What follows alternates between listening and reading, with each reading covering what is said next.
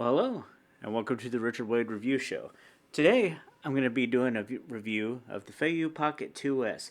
I've got the tripod that they make for it attached to it, so it makes it easier to do. But basically, the unit's just handheld unit, and this attaches to the bottom. It's got a screw there, and basically, this is a pocket camera with a gimbal, and as you can see, when you move it around, the gimbal kind of follows to stay focused on it. So I've kind of got it looking up at the camera. Now I'm going to switch to its view, and here you can see the video quality is quite good. Here it is looking at me. Haven't even brushed my hair this morning, but that's all right. All right. Now here's an example. I'm just going to pick it up, kind of go around the studio here. We got a lot of stuff going on. You can see that as you move this, it stays pretty smooth. And it kind of dynamically tracks what you're looking at. And when you're a decent distance away, everything looks super high quality. Um, I will say, like, I tried this out earlier when I was doing one of my reviews for one of the handhelds. It's not very good at doing like close-up shots. So that's not what this is for. It's more for, something further away like this. And it also makes a very good webcam, as you can see. So, I could probably put it on something like this, have it. And it's good at face tracking, but I don't have face tracking turned on right now. I tried it out earlier. Right now, I am in the PC webcam mode, as you can see, because I've got it connected through USB-C, and I think you can kind of see that. But yeah, as you can see, like it stabilizes pretty well once it decides what it's supposed to be looking at. Like if I'm kind of getting it to say, hey, wait, I'm gonna change over. Okay, hey, you're looking at me now, right? And I kind of move it around, and it's kind of staying focused on me close. I mean, I don't have face tracking on, but it's staying pretty stable. But say if I look at the camera, it's gonna look up at that camera and just kind of stay on it a little bit. But I mean, the like if I had face tracking on, I think it would like follow perfectly. But I just don't right now. So I am really impressed with this camera. I ordered. This is the second one I got. The first one I ordered actually showed up with no battery charge, and then it wouldn't turn on and it wouldn't charge. This second one actually showed up the same way, but it did charge when I plugged it in. So I just think that the battery on that one was just gone, and this one seems to be charging fine. It When I put a 64 gigabyte SD card in it, I got roughly about 7 hours of recording time according to the thing, and that's at 1080p, 30 frames per second. You can do 4K recording on this, but I didn't think I really needed 4K. I never really record my YouTube videos at high of quality. I usually go 1080p. Now, the other camera that I use, which is this one right here, it's just a little Canon camcorder. And let me see if I can get around a little tiny thing. I like it. It does good. Let's see, there it is. That's the name of it. A Vivia HF R400. I like that camera. The only problem I have with it is that when I'm recording videos like this in low light, sometimes I'll get like little like pixelation. You can kind of see it. Oh, it's not so bad because the sun's up, but when I'm doing like filming, usually it's pretty dark in here. I've got the neon lights around, and it kind of messes with the filming a little bit. So I don't know. I it's a good camera, and I like what it does. Plus, as you can see, I can get up super close. Wait, this is wait actually, see I kind of get like a washed out picture when it's up close. So I have to be about this far back. But yeah, the Canon camera, I can get pretty close with things, and it'll kind of zoom in automatically. So I have to use this camera for whenever I'm doing the video game system reviews.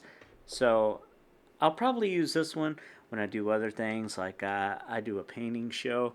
That'd be perfect for that. You know, I'll use as my camera far away, viewing the painting and me, and then I'll use this one as a secondary camera to maybe like zoom in on the palette, stuff like that.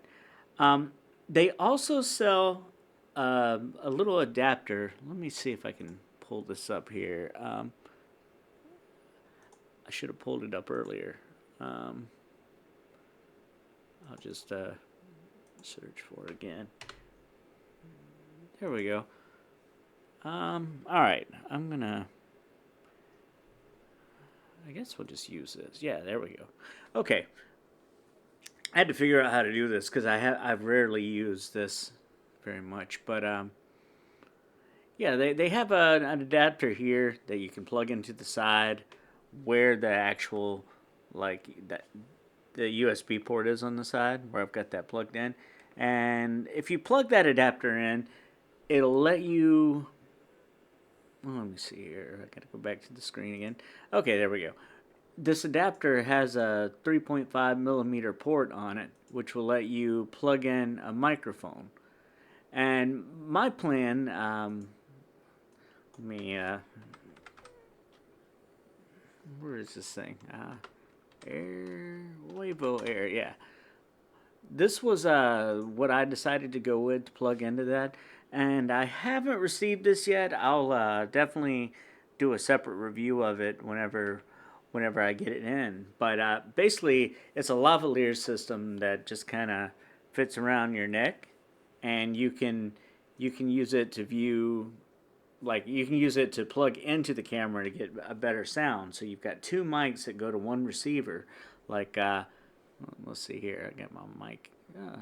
Well, okay. Didn't need all that. But anyway, you got two receivers and they plug into the one mic. And both of those receivers, you can use the lavalier mics with them or the built-in mic. They just give different sounds. The lavaliers are slightly bassy. And that was only $32. So I definitely think that's going to be a good thing to use with this. The one bad thing I'd say is like standard USB-C accessories do not work with this. You actually do have to have that Feiyu Pocket. You can find them for like $17 on AliExpress. I got it from Feiyu Tech for 19. But yeah, unfortunately, like standard USB-C devices don't work. So that kind of limits a lot of the things you could do. Like I was thinking about using like if you can see right here, this mic I use is I think it's a K5Fine or Fifine. Yeah, that's the name. Fifine. And I can't remember the model number of this one. It's dusty. I need to clean it off. But yeah, I have to clean the studio. You know, as you can see, I got a lot of equipment around here. Got some guitars. Got some audio interfaces. Got an Evo 16 back there. That's what I use as my main interface. Drum set. And I should do more reviews of these things on the channel too. I've mostly been focusing on the little handheld devices, but I've really been getting into synths and stuff like that lately. So I believe I'm going to start doing some of those on the channel. I just want to do electronics in general just because it's just a big hobby of mine and something I enjoy doing. And now that I got this camera, it's going to make it a lot easier to get different shots. You know, I still I like the other camera, you know, and I can zoom in on stuff with it, you know, get good pictures. It'll focus if I leave it alone long enough. Of course, I've got it mounted not very steadily on a tripod here. But you know, once I get it into place, it's not like it's going to be moving. I'm normally not going to be messing around with things like that. Overall, I think that this is a pretty good camera. I'm going to switch over to the other camera, but I may end up having to unplug this one. So yeah, we're gonna lose this. This is the last you're gonna see of me, and the last of the footage you're gonna see from this camera, because I'm gonna actually be talking about some of the footage, not the footage, the features that it has. Sometimes I just my mind goes blank while I'm trying to record. But anyway, we're going back to the other one, and I'm gonna unplug that camera. Let's see, and it should go to the camera mode. Now, to get to the options, you you can swipe in any direction, and that'll give you the different modes. And you can go to the setup. That's where you format the SD card and stuff like that. Um, you can also go over to the right, and it's going to give you the different video modes that you have available. So let me see if I can get some of that in focus here. Yeah, there we go. So I keep it at 1080 16:9, but I mean there's your frames per second. But here, you can also change to different resolutions. Like I'm dying here. Okay. It has. Oh, well, that's. I don't have the SD card in here right now because I've taken it out and it's over in the reader on the computer. But yeah, there's time lapse here. There's slow mo, and there's a lot of different modes. If I click on the video mode, I can.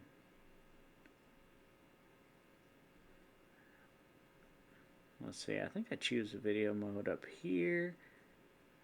I can go high quality, super high quality. Let's see what super high quality is. I definitely don't need 120 frames per second. Definitely don't need that. I usually keep it at 30 because that's going to give me more time. Not that it really matters, but I guess if you film in more, oh, there, that's how to change the resolution. I had to swipe down. That's what I get for not really like going through all this stuff super well because I just got this. But I always go back and make more videos later. That's the same thing that happens with the handhelds. Like I'll be looking for a function, I can't find it. There's 2.7K. You got 4K at 60 frames per second if you want it. Again, I definitely do not want that. That just makes the file size bigger for no reason. If I have something I want to film in 4K, I might consider it. And now I'm gonna real quick. I'll let you look at how I do my setup. See, this is my OBS, and I got all my different camera angles here. So I'm gonna go back to my full screen camera here, and as you can see, it's got me hung up on the screen. So I'm just gonna go change that back. Oh yeah, I gotta plug it back in. Alright, plugging it back in. Selecting PC cam. And then I gotta change it back after it connects. So, there we go. Now it's looking at me again. I should have tried turning on the face tracking also while I was doing all that to see how it worked. And I also, in that process, actually messed up the other camera, so I'm going to fix that really quick.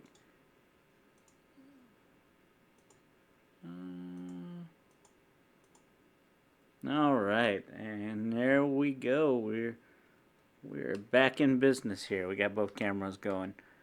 I could have just left that unplugged, but oh well. So yeah, that's kind of my review of both the Canon Vixia HF-R400 and the Feiyu Pocket 2S. I will definitely be doing some more videos on this later as I get a chance to use it more. But for now, I'm happy. I'm definitely happy with my purchase. I'm waiting on that sound card to come in so I can kind of see how that's gonna sound. You know, with the microphones. I'm confident it should sound fine because I've seen some reviews of other people doing it. But you know, I guess I'll have to judge that for myself when I get it, and I'm looking forward to it. You know, audio is what I specialize in. Clearly, I've been doing the studio since about 2000, kind of 2004, I guess, is when I really started getting into audio work, and now I'm a sound engineer. Sometimes record bands and stuff like that, and I've really been trying to get into the YouTube stuff. I have my painting show called The Salem Painter, and I have a show where I do like video game stuff because I like gaming, and then I have this review show where I've just been reviewing the devices, and I really hope that you all have been enjoying them, and I hope that you'll continue to watch. And if you enjoy these videos, be sure to like and subscribe. And I guess I'm gonna end that video right there, and I hope to see you next time.